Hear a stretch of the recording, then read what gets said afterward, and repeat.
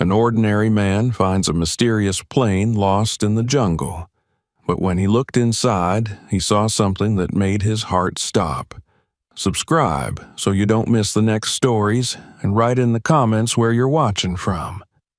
The morning mist lay thick and heavy over the Louisiana bayou, a pale, ghostly veil that seemed to swallow the world whole. Marcus Ellis stood on his small wooden porch, mug of black coffee in hand, watching the vapor swirl and dance just above the water's surface. The boards beneath his bare feet were damp with the night's humidity, and the air smelled of wet cypress and decaying leaves.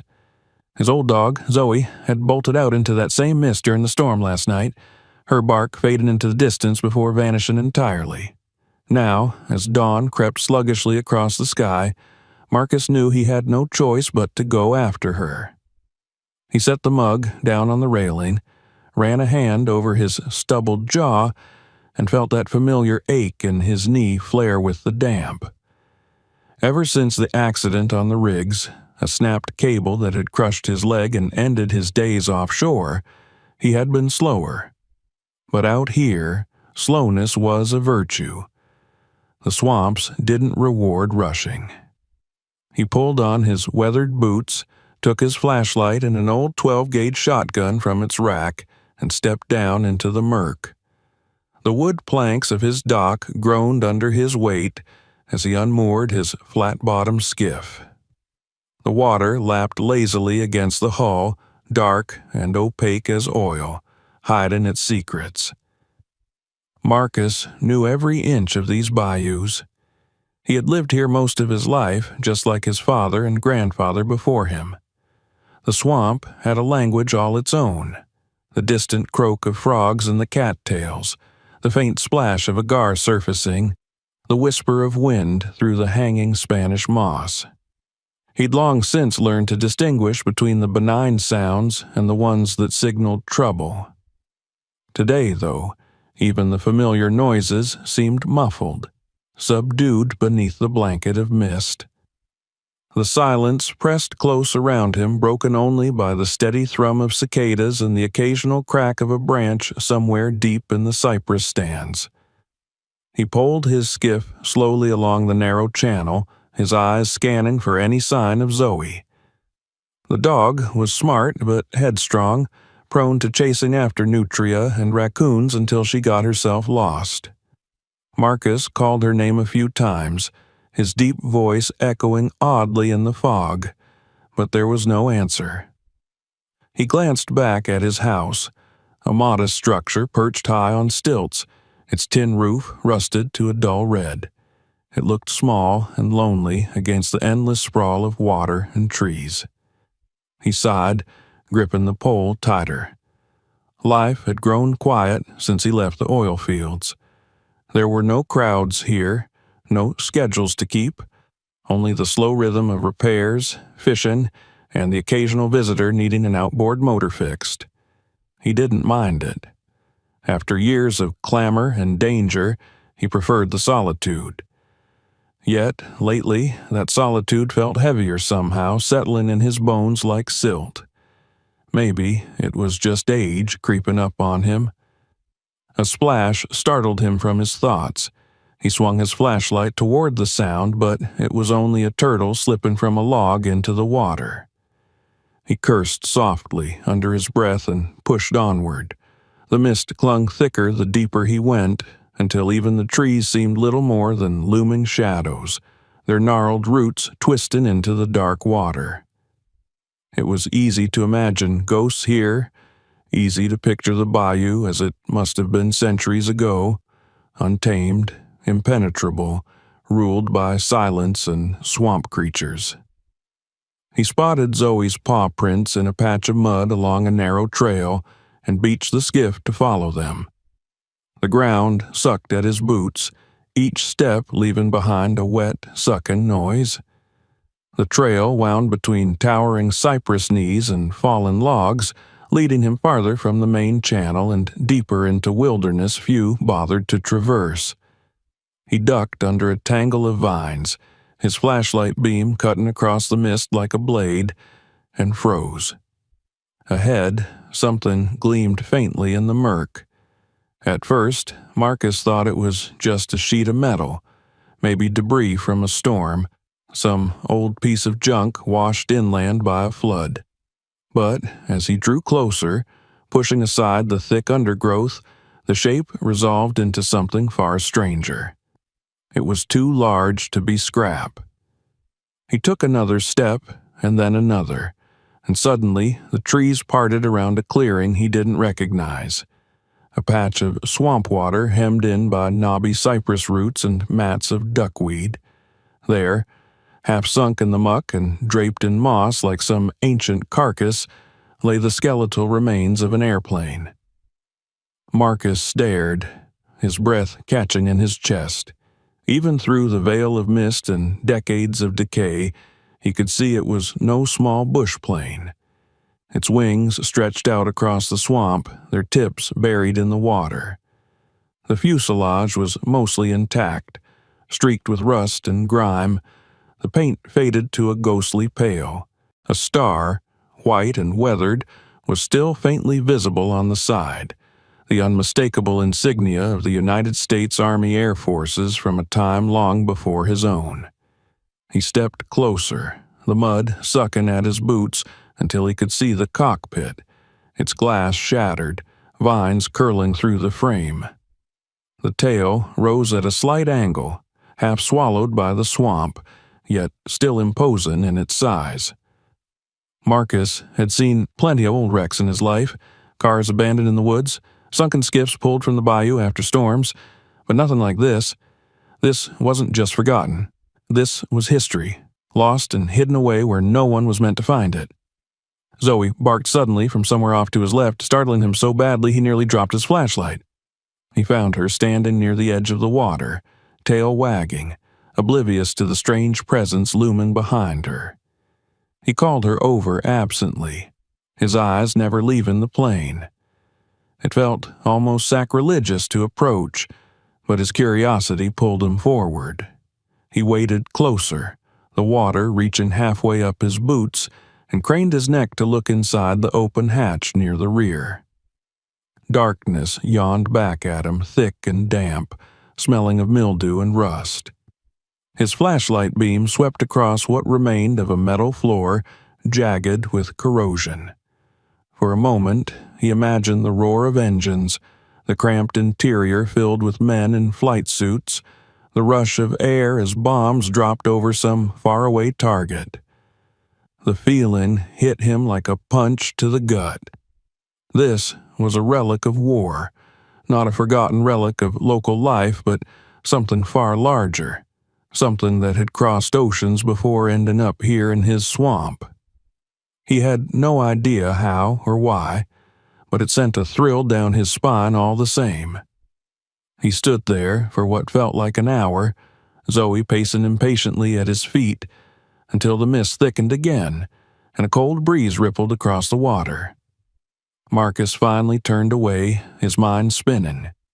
He would come back tomorrow. He had to. Whatever this thing was, it didn't belong here. Buried in mud, shrouded in silence, left to rot unseen. When he pulled his skiff back toward home, the plane's silhouette lingered in his mind, sharp and vivid against the backdrop of moss-draped trees and pale morning fog. He had no idea yet that this discovery would change everything. All he knew was that the bayou, in its own quiet, secretive way, had just whispered something extraordinary to him. Marcus barely slept that night. The image of the sunken plane stayed fixed in his mind, stark and unreal even when he closed his eyes. Every creak of the house, every distant sound of frogs and insects in the bayou seemed to echo the thought of what he had seen.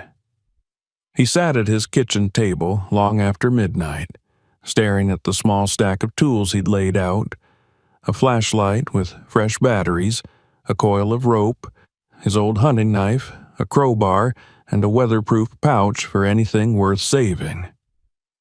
Zoe lay curled up beside his boots, blissfully unaware of the strange weight pressing down on her owner. By dawn, the mist was rolling low across the water again, pale and spectral, as Marcus pushed his skiff out into the bayou.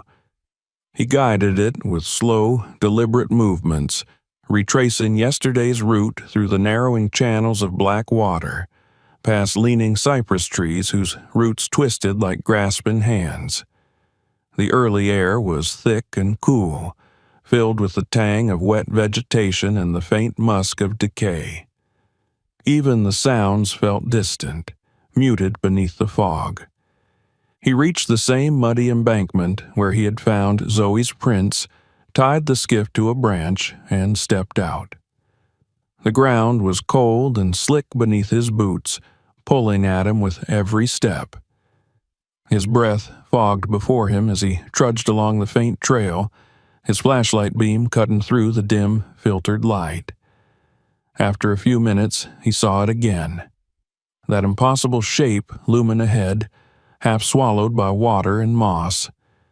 In daylight, it looked even more immense. The plane rested at a slight tilt, its left wing dipping deep into the swamp while its right side rose just high enough to break through the mat of duckweed and reeds. Rust streaked down its once smooth surface, and vines curled greedily across its broken frame.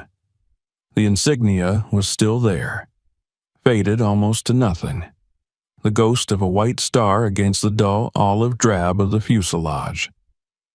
Marcus approached slowly, as if afraid it might vanish if he blinked. Zoe stayed close to his side this time, whining softly, her ears flattened. When he reached the base of the fuselage, he ran his hand along the cold, pitted metal. It was solid beneath his fingers, real, not a dream or some half-remembered story told in bars. He circled around toward the rear, his boots splashing in the shallow water, until he found the open hatch he had glimpsed the day before. He hesitated only a moment before climbing in.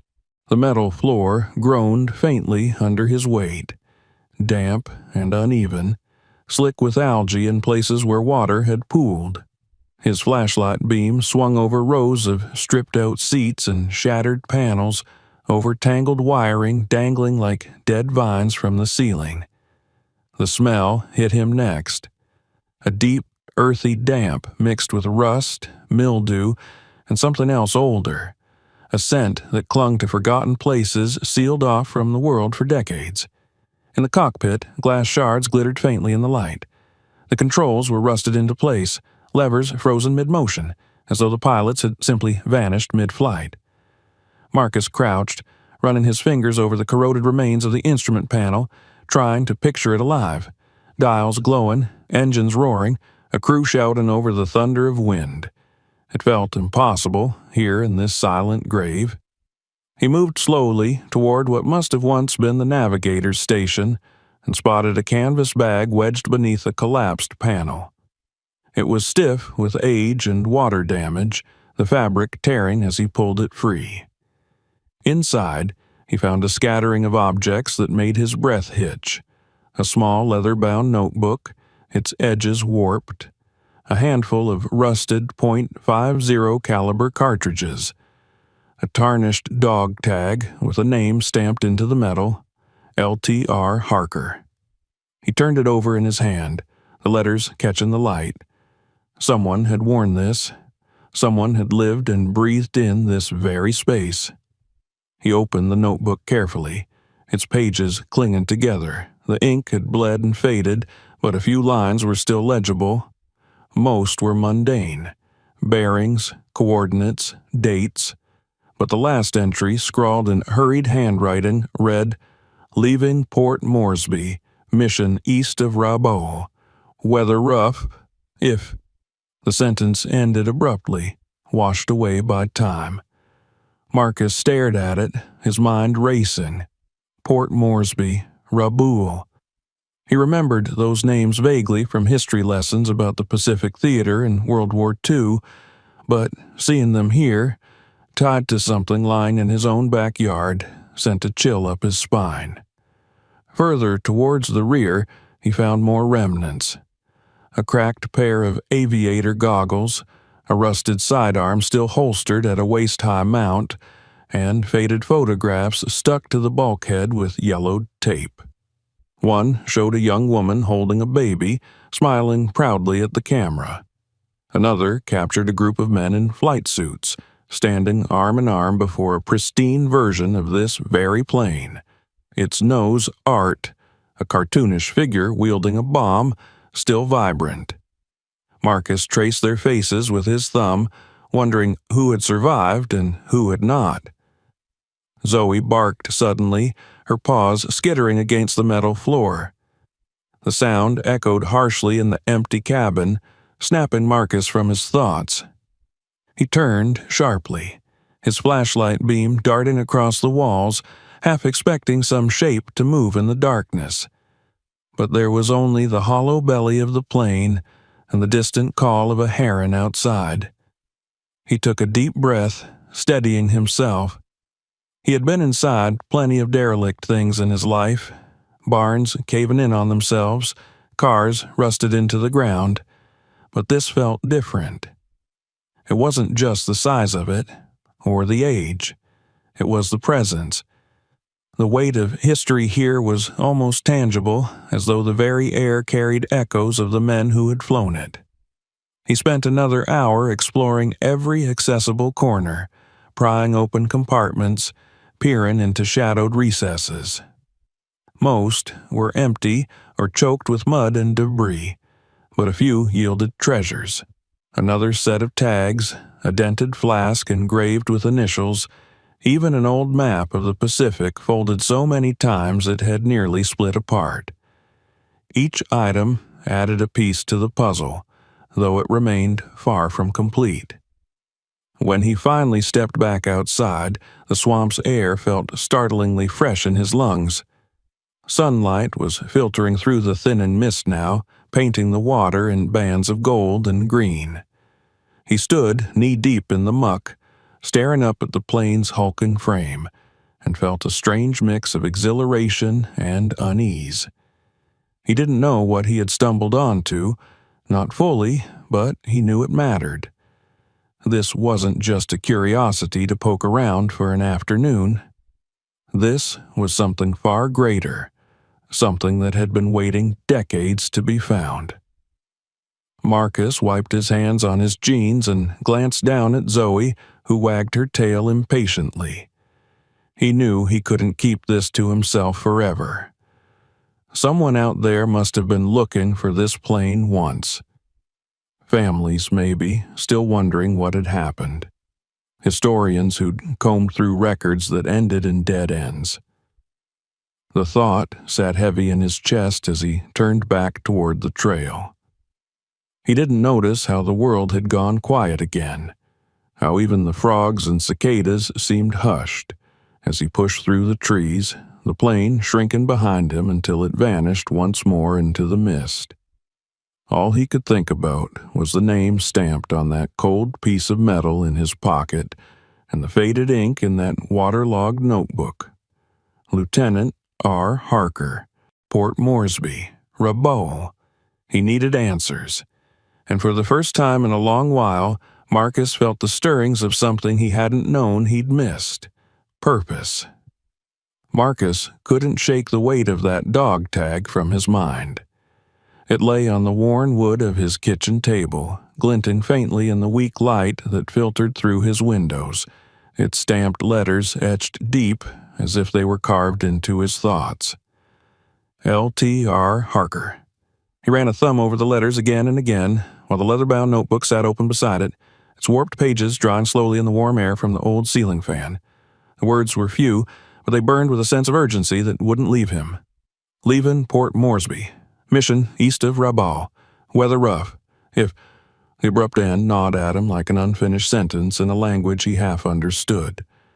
By mid-morning, Marcus knew he couldn't stay home and brood. He needed answers. He'd grown up in these swamps, fixed boats and cars for neighbors, but he'd never been a man who tangled much with the wider world. Still, this was different. This was history, real and raw, lying half buried in the mud less than an hour from his doorstep. He pocketed the tag and notebook, slung his keys onto his finger, and locked the door behind him. Zoe barked from the porch as he left, but this wasn't a trip for her. The drive into town was long and straight, flanked by endless walls of pine and oak.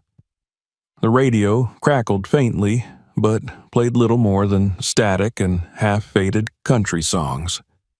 Marcus's mind wandered as he drove, replaying what he had seen inside the plane. The rows of empty seats, the shattered cockpit, the faded photographs taped to the walls.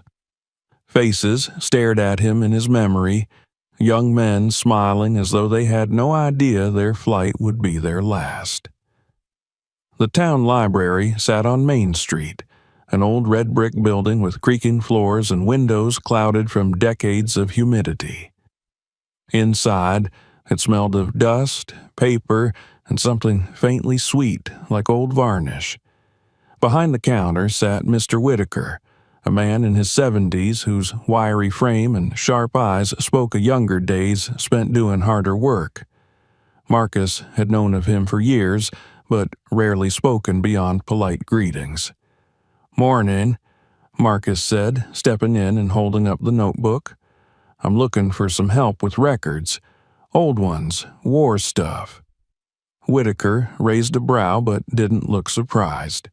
He leaned forward, peering at the notebook and dog tag Marcus placed on the counter. When his gaze settled on the tag, his expression shifted slightly, curiosity deepening into something sharper. "Where'd you get this?" he asked, voice low, more serious than the casual conversation usually called for. Marcus hesitated.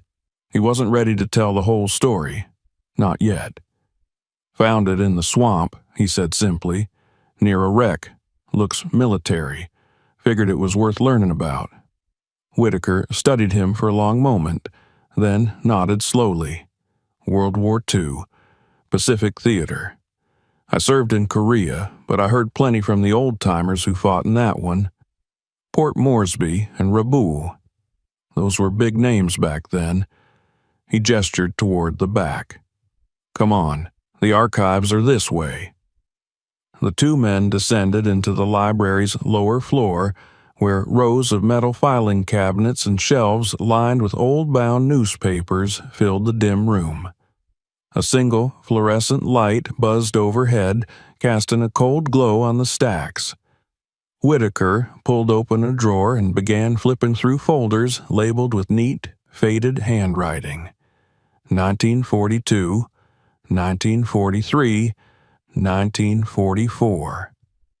Marcus stood over him, scanning the room's musty corners while his heart thudded with a strange mix of excitement and dread. They found the first mention buried in a local paper's clipping. B-24 missing over Pacific, crew presumed lost. The article was brief, just a few paragraphs naming the plane's unit and base of origin. It listed the crew, 11 names, Harker among them, and stated that bad weather and enemy activity near Rabaul had likely caused its disappearance. No wreckage was ever recovered. The families had been notified, condolences offered, and the war ground onward. Marcus read the words over and over, the reality settling in. These men had been ghosts longer than he'd been alive, yet their plane was sitting less than 30 miles from his house. Whitaker pulled another folder, this one containing photocopies of declassified military dispatches. "Here," he said, tapping a sheet. "Harker's unit flew out of Port Moresby in New Guinea. Heavy fighting in that area in 43 and 44. The Japanese dug in around Rabaul, and we lost a lot of planes trying to neutralize it." Marcus studied the document, noting the terse military language, the references to special operations and enemy supply lines. But even here, details were thin. Entire sections were blacked out, censored decades ago and never restored. Why hide it? Marcus asked quietly. Whitaker shrugged. Could be anything. Intelligence work, experimental gear, something gone wrong that someone higher up didn't want remembered. The Pacific was messy, son. Not every story made it home clean. Marcus spent hours in that basement, poring over what little was available. He scribbled notes, copied down dates, and stared long at the faded photographs glued into one old scrapbook. Young crews smiling in front of their bombers, all swagger and easy confidence. He traced their faces, wondering which belonged to Harker and his men. As dusk approached, he returned home, his head buzzing with questions. After feeding Zoe and fixing himself a simple supper, he sat at his kitchen table and powered up his old laptop. Its fan wheezed like a tired engine, but it connected to the internet well enough. He typed B-24 Harker Port Moresby into the search bar and hit enter. What came back surprised him. There were forums, whole communities of amateur historians and aviation enthusiasts dedicated to tracking down lost wartime planes. Some posts dated back years, with threads speculating on missing aircraft in the Pacific. He registered for an account and uploaded the clearest photo he'd taken inside the wreck. The cockpit, with its rusted instruments and shattered glass. He added a brief caption, "Found in Louisiana swamp. Looks like a B-24.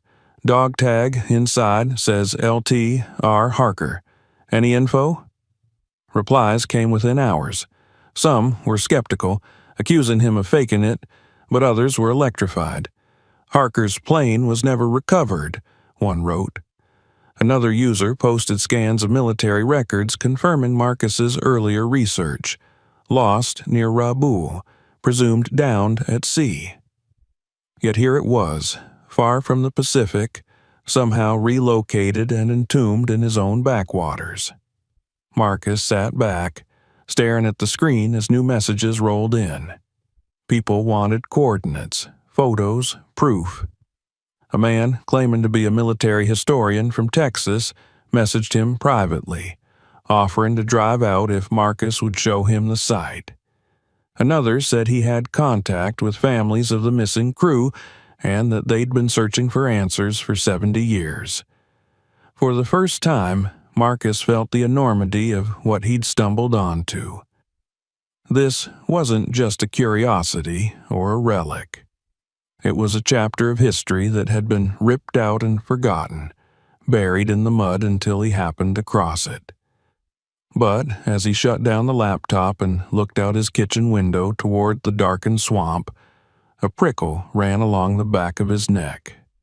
Headlights had passed his house twice now in the last hour, slow and lingering on the empty road outside. He couldn't recall the last time anyone drove out this far at night. He checked the locks on his doors before bed and kept the dog tag on the nightstand within easy reach.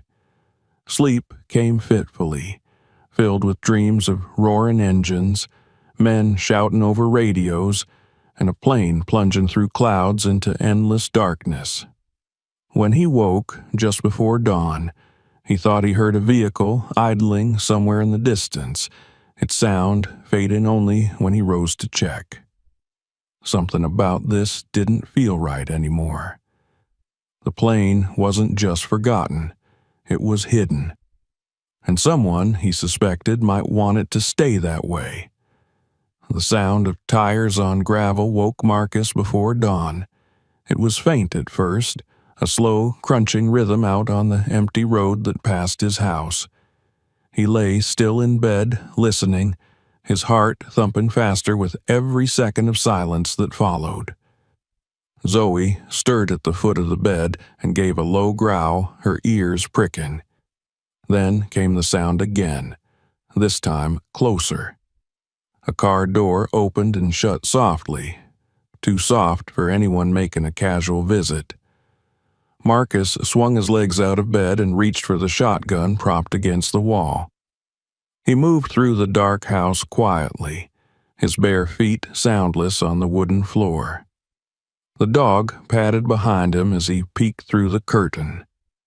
A black sedan sat idling by the roadside, and its headlights off.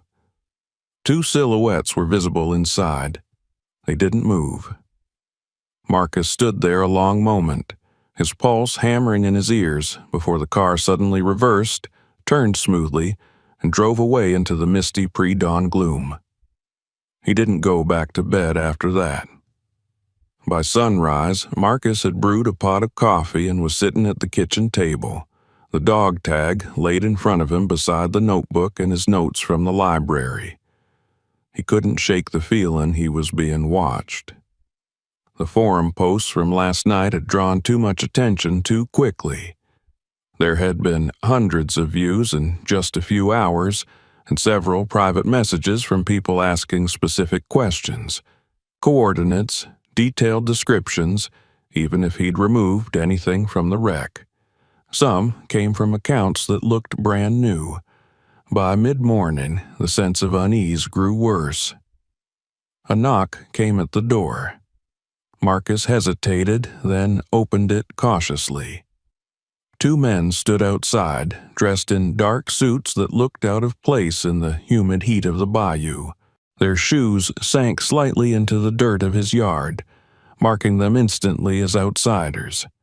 One was tall and broad-shouldered, his hair clipped short, the other leaner with sharp, pale eyes. "Mr. Ellis?" the taller one asked. His voice was even, polite, but carried the weight of authority. "We're here on behalf of the United States Military Archives. We understand you've discovered something of interest on your property." Marcus didn't answer immediately. He studied them, noting the small badges they carried on lanyards around their necks, official enough at a glance, but the text was too small to read clearly. "What kind of interest?" he asked. "We'd like to see the site," the leaner man said, his tone firmer now. "Artifacts of this nature are government property. It's important they're secured for proper historical preservation." Marcus felt his grip tighten slightly on the edge of the door. He thought of the dog tag in his pocket, the notebook, the photographs still spread out on his kitchen table. "I don't remember inviting anyone here," he said evenly. The taller man's smile didn't reach his eyes. "We'd appreciate your cooperation. These things can get complicated if not handled through the right channels." Something in the way he said it, too smooth, too rehearsed, set off alarms in Marcus's head. He stepped back just enough to put distance between himself and the doorway. "I'll think about it," he replied. The two men exchanged a glance. Then, without another word, they turned and walked back to their car. The engine started, and they drove away, but Marcus knew they'd be back. He didn't waste time. He grabbed his pack, stuffed the dog tag, notebook, and flask he'd taken from the wreck inside, then slung his shotgun across his back.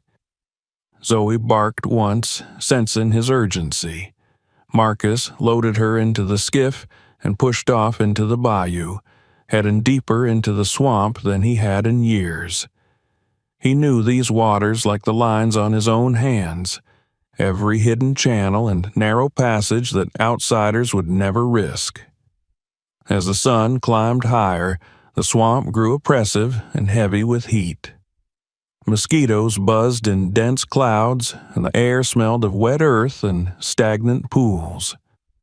Marcus guided the boat through narrow waterways shaded by leaning cypress trees, their roots twisting into black water like gnarled claws. He anchored near an abandoned trapping shack half sunk into the mud, a relic from his grandfather's time. Here, he could wait, out of sight. From this hidden vantage, he could see the main water route back toward his house, but no one could see him unless they knew exactly where to look.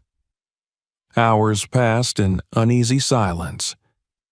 He checked his phone once and found no signal, which wasn't unusual out here. He opened the notebook again instead, studying the blurred handwriting for the 100th time. The coordinates listed on several earlier pages caught his eye. He pulled out a map from his pack, an old one that showed the Pacific Islands during the war and traced the points. They formed a rough arc toward Rabaul, exactly as Whitaker had said. The last set of numbers ended just short of the coastline, suggesting they'd been approaching land when disaster struck. So how had the plane ended up here, thousands of miles away? As he mulled it over, movement caught his eye. A small flatboat gliding quietly down the channel he'd come from. Two figures stood aboard, both dressed in dark clothes. They weren't locals. Marcus could tell by the way they handled the boat, stiff and cautious. He crouched low, holding Zoe close to keep her silent, and watched them pass. They didn't look his way, but their course would take them straight toward the trail leading to the wreck. He waited until they were gone before exhaling slowly. Whoever they weren't historians. That night, Marcus stayed in the shack, lying on an old cot that smelled of mildew, his shotgun within arm's reach. Zoe curled at his side, restless. Through the thin wooden walls, he heard the sounds of the swamp. Frogs, owls, the distant splash of something heavy entering the water. Yet, beneath it all, there was a different sound. The faint hum of an engine in the distance, far too late for any fisherman. Sleep didn't come easily. His mind replayed everything: the wreck, the notebook, the strangers at his door, the men in the boat. He was in over his head, but there was no going back. Tomorrow, he would have to return to the plane, gather everything he could, and figure out what these people were so desperate to keep hidden. Before dawn broke, Marcus was already back on the move. The swamp was darker than usual, the mist so thick he could barely see the bow of his skiff. He felt it in his bones. He was being hunted. Marcus didn't return home. Instead, he stayed hidden in the shack deep within the swamp, sleeping only in brief, restless bursts while Zoe kept watch beside him. When dawn came, it broke with a heavy, suffocating mist that clung to the water and trees like wet cloth. He poled his skiff through the channels in silence, knowing every bend and hidden inlet better than he knew the back of his own hand. The memory of the men in the flatboat from the day before sharpened his focus. They weren't locals, and their presence here had confirmed what his gut had been screaming since those suited strangers came to his door. Whatever lay inside that wreck wasn't just a relic. Someone wanted it buried. By the time Marcus reached the clearing where the wreck sat, sunlight was filtering faintly through the canopy above. The massive plane loomed like a rusted monument, its skeletal form half submerged, the tail jutting out of the water at an awkward angle, streaked with moss and grime. He stood there for a long moment, staring at it before stepping closer. He'd come prepared this time. His pack was heavier, stuffed with supplies, extra rope, tools, a tarp for carrying anything small enough to take with him. He tied Zoe to a tree nearby, whispering to her to stay quiet, then waded into the water until he reached the open hatch at the rear of the fuselage. Inside, it was darker than he remembered. His flashlight beam cut through the gloom, revealing the corroded interior, the warped metal ribs of the plane, tangled wiring dangling like vines, and patches of standing water shimmering faintly as he moved. The smell was overwhelming now, wet and metallic, mixed with decades of decay. He made his way toward the cockpit, careful not to slip on the algae-slick floor. His boots splashed through shallow pools, disturbing small frogs that had taken up residence in the wreck's lower compartments. He reached the forward section and crouched near the pilot's seat. His fingers traced the pitted control panel, pausing on a cracked compass fixed in place, its needle frozen in a direction long meaningless. In the seat beside it, lodged between twisted bits of frame, he spotted something new, a metal box, wedged tightly as if it had shifted there during the crash and remained untouched ever since. With a grunt, he braced his feet and pulled. It resisted at first, then came free with a rusty screech. He set it on the floor and pried it open with his knife. Inside were papers sealed in a watertight envelope, the plastic yellowed with age but intact. He tore it carefully along the seam. A sheaf of maps spilled out marked with flight paths and annotations in a hurried hand. Among them was a folded document stamped with "Classified" in faded red ink. Marcus stared at it, his breath quickening. He couldn't make sense of all of it, but one phrase stood out, printed near the top: Operation Silver Shore. Before he could study it further, Zoe's bark rang out from outside, sharp and frantic. Marcus froze, the sound of voices following immediately after. He shoved the papers into his pack, slung it over his shoulder, and drew his flashlight beam toward the hatch. Through the narrow opening, he saw movement. 2 boats had pulled up along the edge of the clearing, their engines cut, carrying 4 men dressed in dark clothing. They carried no fishing rods or nets. One of them held a long case Marcus instantly recognized as a rifle bag. His pulse kicked into overdrive. They hadn't seen him yet, but they were spreading out, scanning the swamp with deliberate precision. Marcus killed his flashlight and slipped deeper into the wreck, crouching low near the forward bulkhead. He held his breath, straining to hear. The men's footsteps sloshed faintly through the shallows. Zoe barked again, louder this time, before Marcus silenced her with a sharp whistle. He had seconds at best.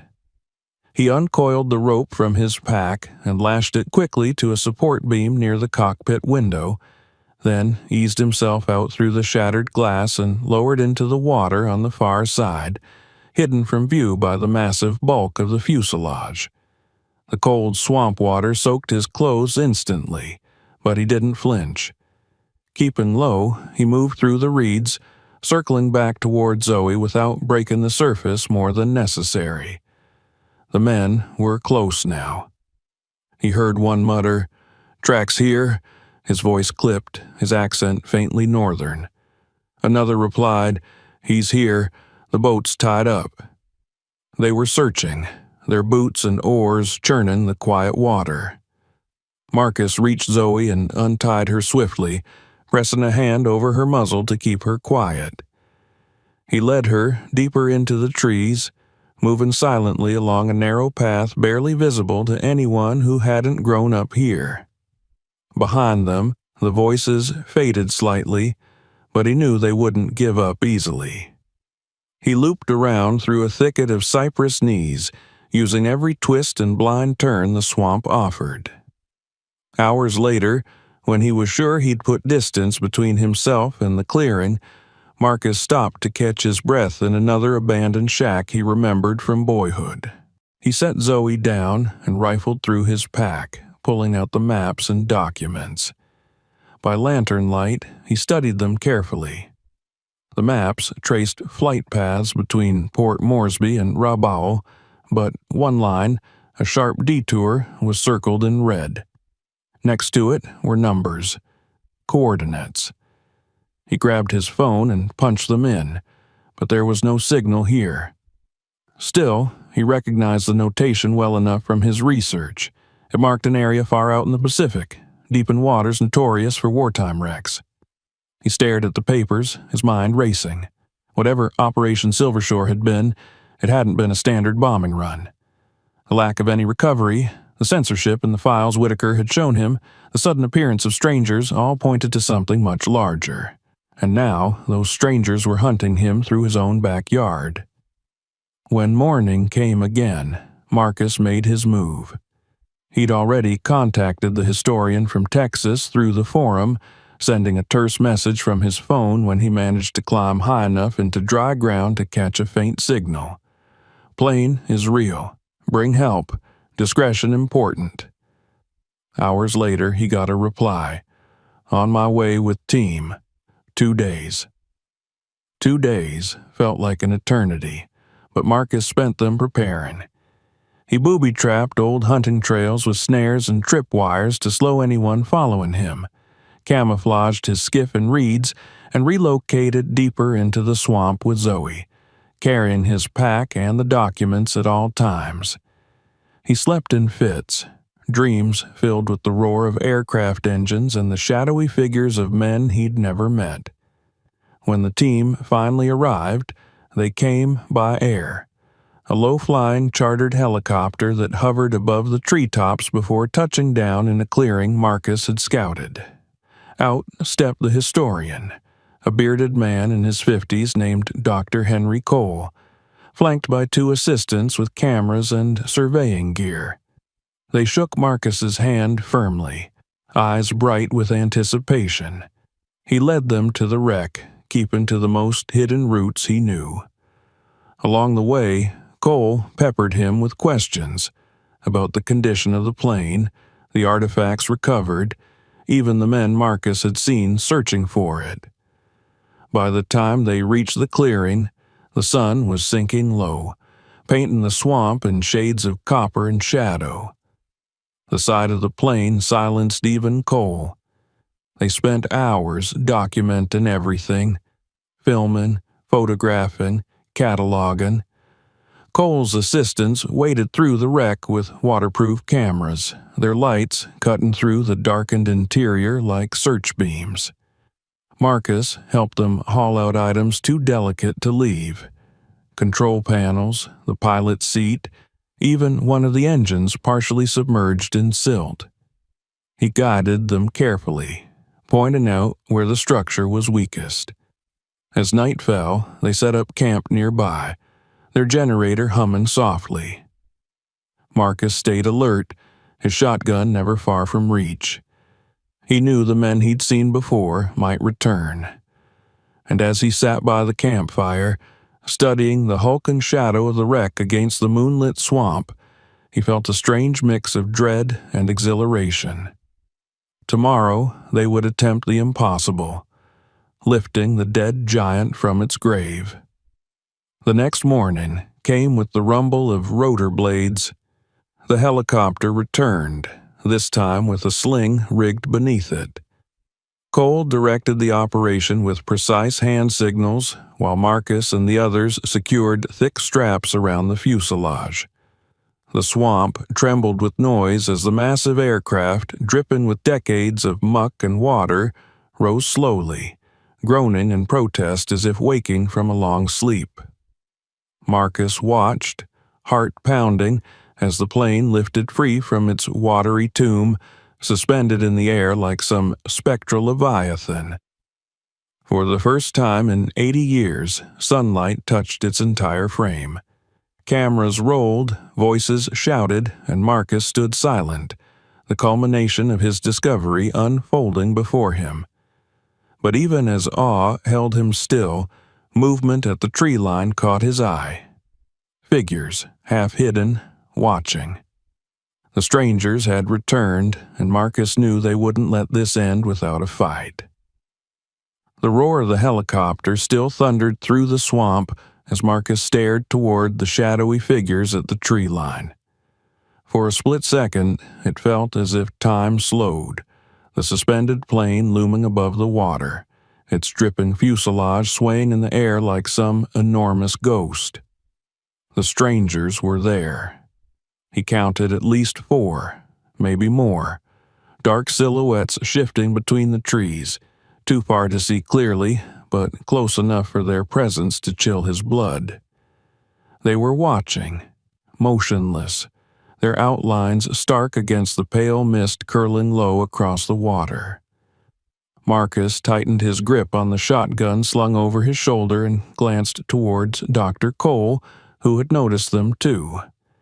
The historian's face was drawn, pale beneath his beard, but he said nothing, his attention fixed on the wreck's ascent as if to steady himself by ignoring what loomed beyond. The helicopter lifted higher, straining under the weight.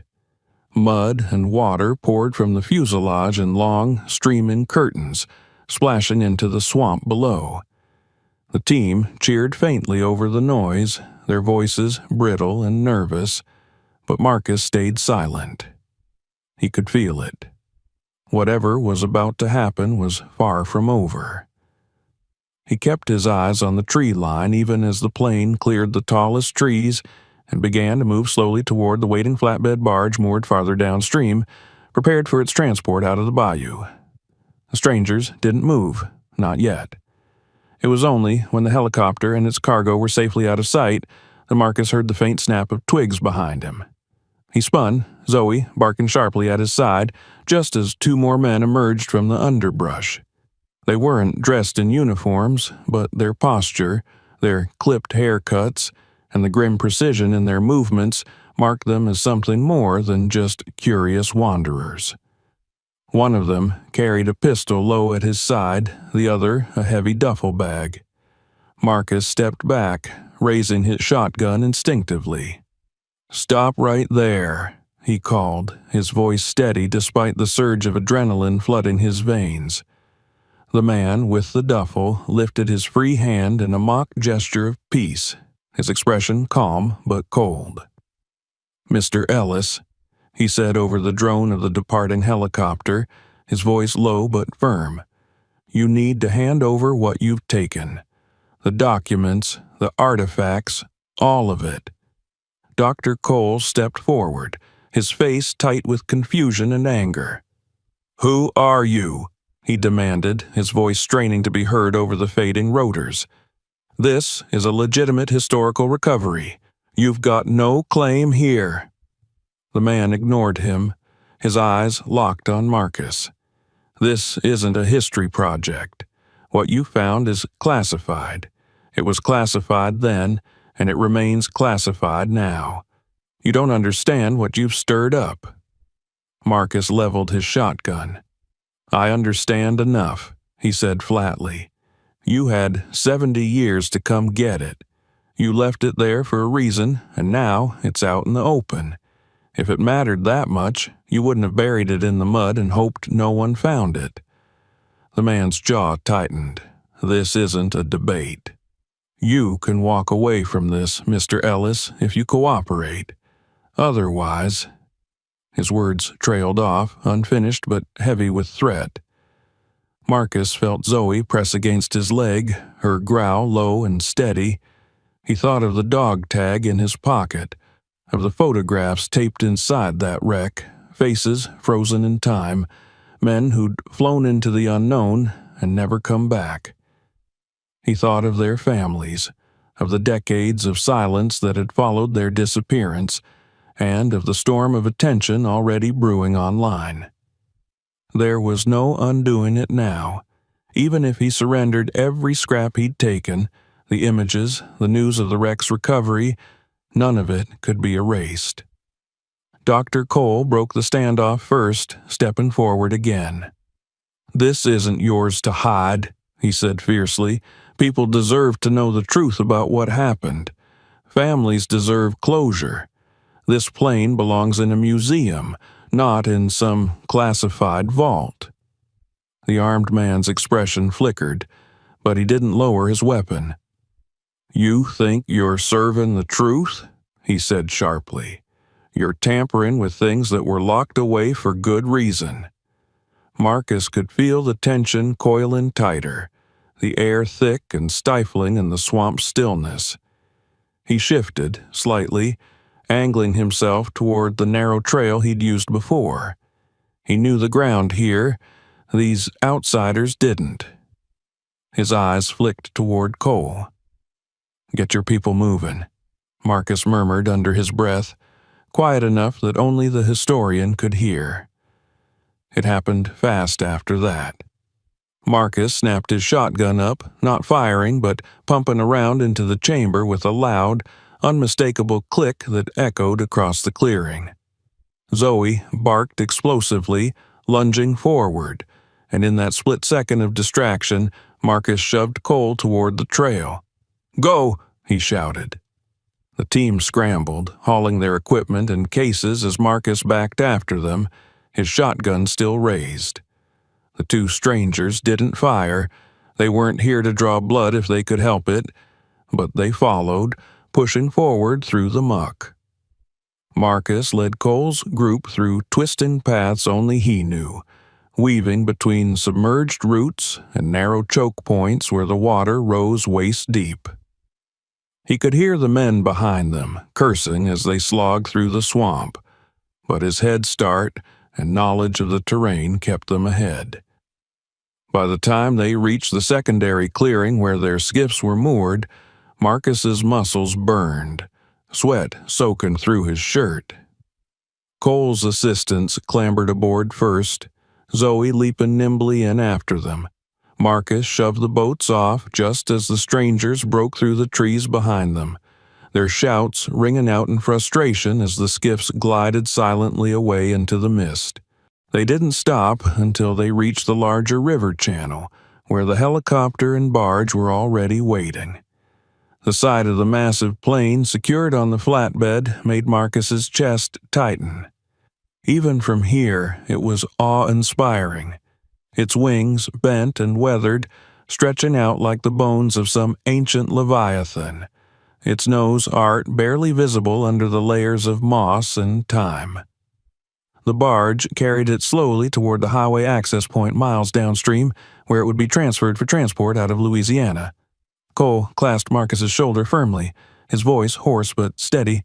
"You've done something incredible here," he said. "This isn't just a recovery, it's a piece of history reborn. No matter what they try, it's out now. The world will see it." Marcus watched in silence, his gaze fixed on the plane as it drifted farther from the swamp. He felt a strange hollowness deep in his chest, a mix of pride and loss. The wreck had become part of him in the short time he'd known it, tied to his quiet life in ways he hadn't understood until now. But as it left, bound for a future as a museum exhibit far from the shadows of the cypress trees, he felt something else too, a sense of finality. In the weeks that followed, news of the discovery exploded. Newspapers ran photographs of the swamp recovery. Television stations interviewed Cole and his team, and online forums lit up with speculation about Operation Silver Shore. Veterans and historians debated fiercely over its purpose, some calling it a lost bombing raid, others insisting it hinted at deeper, classified missions in the Pacific. Families of the crew members came forward at last, holding faded photographs and tear-streaked letters, speaking of fathers and brothers who had vanished without a trace. Marcus stayed out of the spotlight. He watched from his porch, sipping coffee while Zoe dozed at his feet as reporters trailed into town and strangers passed down his road, searching for the swamp where it all began. He told no one where it lay. It wasn't theirs to disturb anymore. Months later, Cole called him from Hawaii. "It's here," the historian said, his voice brimming with quiet reverence. "Pearl Harbor. They've restored the fuselage, mounted it in the Pacific Aviation Museum. It's breathtaking, Marcus. Families of the crew are here. They asked about you." Marcus didn't reply right away. He gazed out at the mist rolling low over the bayou, the quiet broken only by the drone of cicadas. "Tell them," he said finally, "that their boys aren't lost anymore." The call ended. That night, Marcus sat on his porch long after dark, watching the fireflies flicker over the black water. He thought of Harker and the men whose names he'd memorized, of their photographs smiling from the past. He imagined them climbing aboard that bomber one last time, not to vanish, but to finally come home. The swamp was silent again, save for the distant cry of a heron and the soft lapping of water against the pilings. Marcus leaned back in his chair, his shotgun resting idle beside him now, and let the stillness settle around him like a familiar blanket. For the first time in years, it felt like peace. He reached down and scratched Zoe behind the ears, his voice low and steady as he murmured to her, "We did right by them, girl." In the distance, dawn began to edge against the horizon, painting the mist in pale gold. Marcus watched it rise. The bayou wakened slowly around him, and he smiled faintly. The world had changed beyond him, but here, in this quiet corner of Louisiana, life moved on at its own pace. And for the first time in a long while, he felt that was exactly how it should be. Don't forget to subscribe to the channel so you never miss our next stories. Watch the next video and explore more incredible tales from history and beyond. If you enjoyed this story, share it with your friends and let them experience it too.